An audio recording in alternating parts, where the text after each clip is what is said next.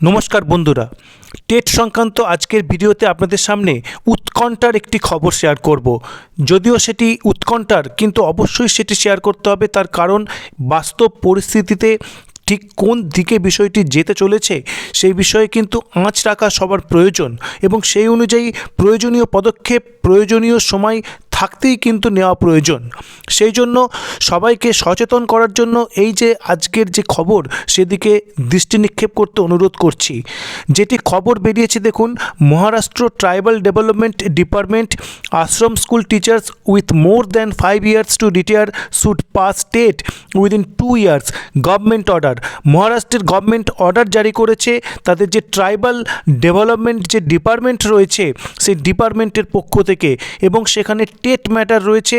এবং কি বলছে দেখুন, this is the first such order issued by any department of the state on TET mandate after the Supreme Court's ruling in September that said all teachers of class 1 to 8 need to be TET qualified based on rules framed under the RT. Maharashtra Tribal Development Department has declared that all teachers working in ashram schools, residential schools for tribal children, তাহলে বুঝতেই পারছেন tribal চিলড্রেনদের জন্য residential school, সেই আশ্রম স্কুলের যে teacher তাদের জন্য কিন্তু এই order, who have more than 5 years of service remaining before retirement should mandatorily pass teachers eligibility test TET within 2 years, which is before September 2027, in line with the Supreme Court's ruling on retrospective implementations of TET mandate. A government resolutions issued by the Tribal Development Department on Thursday, অর্থাৎ 1 তারিখে বেরিয়েছে। কি বলছে দেখুন, in the case of teachers appointed before the Implementary and Compulsory Education Act 2009 in ashram schools under the control of the Tribal Development Department and who have more than years remaining before retirement, it shall be mandatorily for them to pass the TET within 2 years, that is on or before 1st September 2027, in order to continue in service. In accordance with these provisions, if teachers working in government aided ashrams schools do not possess the TET, their services shall be terminated. একেবারে স্পষ্ট করে কিন্তু বলে দিচ্ছে service terminated হয়ে যাবে। এ ধরনের এত নৃশংস কথাবার্তা কিন্তু এই সর্বপ্রথম কোনো গভর্নমেন্টের কোনো ডিপার্টমেন্টের পক্ষ থেকে পাওয়া যাচ্ছে। এই টেট ম্যান্ডেট যেখানে রিভিউ পিটিশনের জন্য পেন্ডিং রয়েছে, এমতো পরিস্থিতিতে কিন্তু এই ধরনের অর্ডার মহারাষ্ট্রের গভর্নমেন্টের ট্রাইবাল ডিপার্টমেন্ট থেকে আসা কিন্তু খুবই একটি চিন্তার বিষয়। আপনারা নিশ্চয় জানেন, মূল যে টেট মামলা সেই অঞ্জুমান ইসাতি তালিম trust versus state of Maharashtra, এখানে মহারাষ্ট্র রাজ্য সরকারের কি স্ট্যান্ড সেটি কিন্তু এখান থেকে কিছুটা হলেও স্পষ্ট হয়ে যাচ্ছে। দেখুন কি বলছে, this is the first such order issued by any department of the state on TET mandate after the Supreme Court's ruling in September that said all teachers of class 1 to 8 need to be TET qualified based on rules framed under the RT. এখানে আর পাশাপাশি কি বলছে দেখুন, the court ruling clarified that the TET mandate is applicable to in-service teachers too.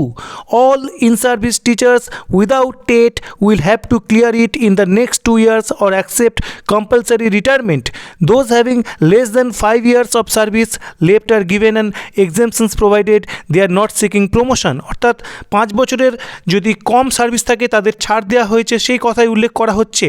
When lakhs of in-service teachers under the state school education department are waiting for clarity on the retrospective implementations of the TET, the order by the Tribal Development Department, which has nearly 480 ashram schools under it, has sparked a row, pointing out that TET was not implemented in the state until 2013.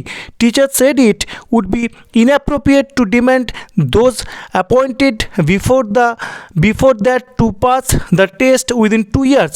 অর্থাৎ দেখুন, মহারাষ্ট্র গভর্নমেন্টের দুটো department, একটি school education department, তারা কিন্তু wait করছে এই টেটের বিষয়টি নিয়ে কি নিষ্পত্তি আসে। তো সেই জায়গা থেকে ট্রাইবাল ডেভেলপমেন্ট ডিপার্টমেন্ট তাদের আন্ডারে যে স্কুলগুলো রয়েছে সেই স্কুলের যে টিচার্স তাদের ক্ষেত্রে কিন্তু একেবারে টেটকে একেবারে লাগু করে দিচ্ছে। ইভেন ইন সার্ভিস টিচার্সদের চাকরি চলে যাবে 2027-এর মধ্যে যদি তারা টেট না কোয়ালিফাই করতে পারে, সেটি স্পষ্ট করে দিচ্ছে তাদের এই অর্ডারের মাধ্যমে। highlighting that state's school education department has maintained silence on the topic for over 3 months now. Teachers complain that the order is indicative of the state stand, which could mean potential job loss for several teachers. অর্থাৎ সেপ্টেম্বরের যে 1 তারিখে যে টেটের order supreme কোর্টে হয়েছে, তারপরে school education ডিপার্টমেন্টের কি স্ট্যান্ড মহারাষ্ট্র গভর্নমেন্টের সে বিষয়ে কিন্তু একটু সন্দেহ ছিল। কিন্তু এই বর্তমান যে ট্রাইবাল ডেভেলপমেন্ট ডিপার্টমেন্টের অর্ডার, তার পরিপ্রেক্ষিতে বোঝা যাচ্ছে গভর্নমেন্টের কি স্ট্যান্ড হতে পারে স্কুল এডুকেশন ডিপার্টমেন্টের ক্ষেত্রেও। সেক্ষেত্রে দেখুন কি বলছেন Mahendra Ganpule from Maharashtra school principals association said, since the supreme court state mandate ruling, the state has remained unclear on its stand on whether or not it will implement it retrospectively. In fact, the school education department has maintained that it is still figuring out a way around it. But this GR now clearly indicate there will be retrospective implementations of the state mandate after all. But in absence of similar clarity, why a circular or GR by the school education department of the state has led the confusions among teachers community across tribal development ডিপার্টমেন্টের যে order সেটি কিন্তু একটি confusion তৈরি করেছে, যেহেতু এই রাজ্যেরই school education ডিপার্টমেন্টের কিন্তু কোনো যে জিআর বা গভর্নমেন্ট রেজুলেশনস এখনও সামনে আসেনি। তো কী পরিস্থিতি সেই বিষয়টির আরেকটু গভীরে যাওয়া যাক। দেখুন মহারাষ্ট্রের গভর্নমেন্টের যে ট্রাইবাল ডেভেলপমেন্ট যে ডিপার্টমেন্ট, তারা যে অর্ডার গতকাল অর্থাৎ 1 জানুয়ারি 2026 প্রকাশ করেছে, তার একটি বিশেষ অংশের দিকে আপনাদের দৃষ্টি নিক্ষেপ করতে অনুরোধ করছি। দেখুন কি বলা হয়েছে পয়েন্ট নাম্বার 4-এ, if TET qualified candidates are not available, appointments may be made on a contractual basis for a maximum period up to the end of the academic session. Such contractual teachers shall not be entitled to any financial assistance or service related benefits from the government. অর্থাৎ যদি TET qualified candidate না পাওয়া যায়, তাহলে কিন্তু এই যে প্রতিষ্ঠানগুলো যারা আর্থিক সহায়তা পায় রাজ্য সরকারের থেকে, অর্থাৎ মহারাষ্ট্র রাজ্য সরকারের থেকে, তারা কিন্তু কন্ট্রাকচুয়াল বেসিসে টিচার অ্যাপয়েন্ট করতে পারে, কিন্তু তাদের কোনো রকমের মাইনের দায়িত্ব কিন্তু স্টেট গভর্নমেন্ট বহন করবে না, বা সার্ভিস রিলেটেড কোনো বেনিফিট তারা গভর্নমেন্টের থেকে পাবে না। The entire expenditure including salary shall be বন্ড বাই দ্য কনসার্ন ইনস্টিটিউশনস। অর্থাৎ যে প্রতিষ্ঠানগুলো চলছে তাদের কিন্তু দায়িত্ব হয়ে যাচ্ছে এই সমস্ত কন্ট্রাকচুয়াল টিচারদের মাইনে দেওয়া। অর্থাৎ গভর্নমেন্ট শুধুমাত্র টেট কোয়ালিফাইড হলে তবেই সেক্ষেত্রে অ্যাসিস্ট্যান্স দেবে বা এড দেবে, না হলে কিন্তু দেবে না। স্পষ্ট করে কিন্তু এখানে বলছে candidate who have not passed the teacher eligibility test shall not be appointed to the post of primary teacher সেবক। অর্থাৎ টেট না থাকলে নিয়োগ করা যাবে না। নিয়োগ করা যাবে না সেটি কিন্তু খুবই একটি সাধারণ বিষয়, কিন্তু যেটি বিষয় হচ্ছে রেট্রোস্পেক্টিভ এফেক্ট। এখানে কিন্তু স্পষ্টভাবে রেট্রোস্পেক্টিভ এফেক্টের কথাই বলা হচ্ছে। যারা ইন সার্ভিসে রয়েছে তাদের কিন্তু সার্ভিস টার্মিনেশন হয়ে যাবে 1 সেপ্টেম্বর 2027 পরে। এই ধরনের এত বড় কথা কিন্তু এই অর্ডারের মধ্যে রয়েছে। প্রসঙ্গত আপনাদের জানাই, গত 5ই ডিসেম্বর মহারাষ্ট্রেই কিন্তু সমস্ত শিক্ষকেরা একটি কি বলবো স্ট্রাইক করেছিল, সমস্ত স্কুল কিন্তু সেদিনকে বন্ধ ছিল।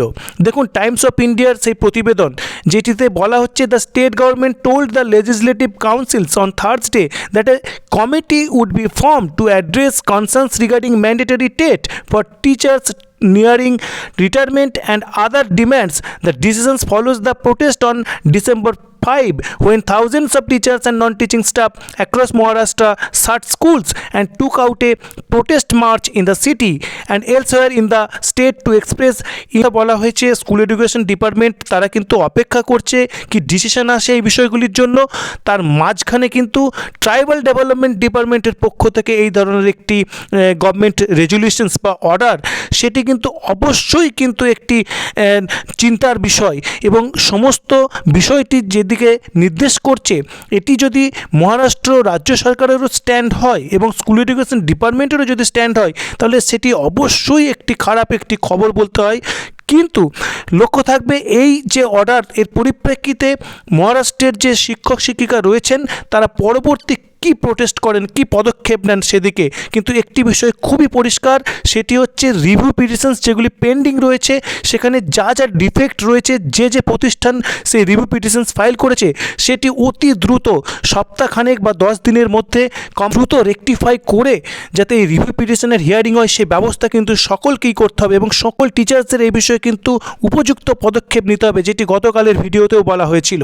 তো এই বিষয়ে পরবর্তী আপডেট কী আসে সেদিকে নজর থাকবে এবং সুপ্রিম কোর্ট থেকে এই রিভিউ পিটিশন সংক্রান্ত কোনো আপডেট আমরা আশা করছি নেক্সট উইকেই পাবো। তো সেই আপডেটও আপনাদের সঙ্গে শেয়ার করব যথা টাইমে। তো আপাতত এটুকুই। পরবর্তী আপডেটের জন্য চ্যানেলটি সাবস্ক্রাইব করুন এবং ভিডিওটি যদি পছন্দ হয় তাহলে লাইক, কমেন্ট এবং শেয়ার করুন। ধন্যবাদ।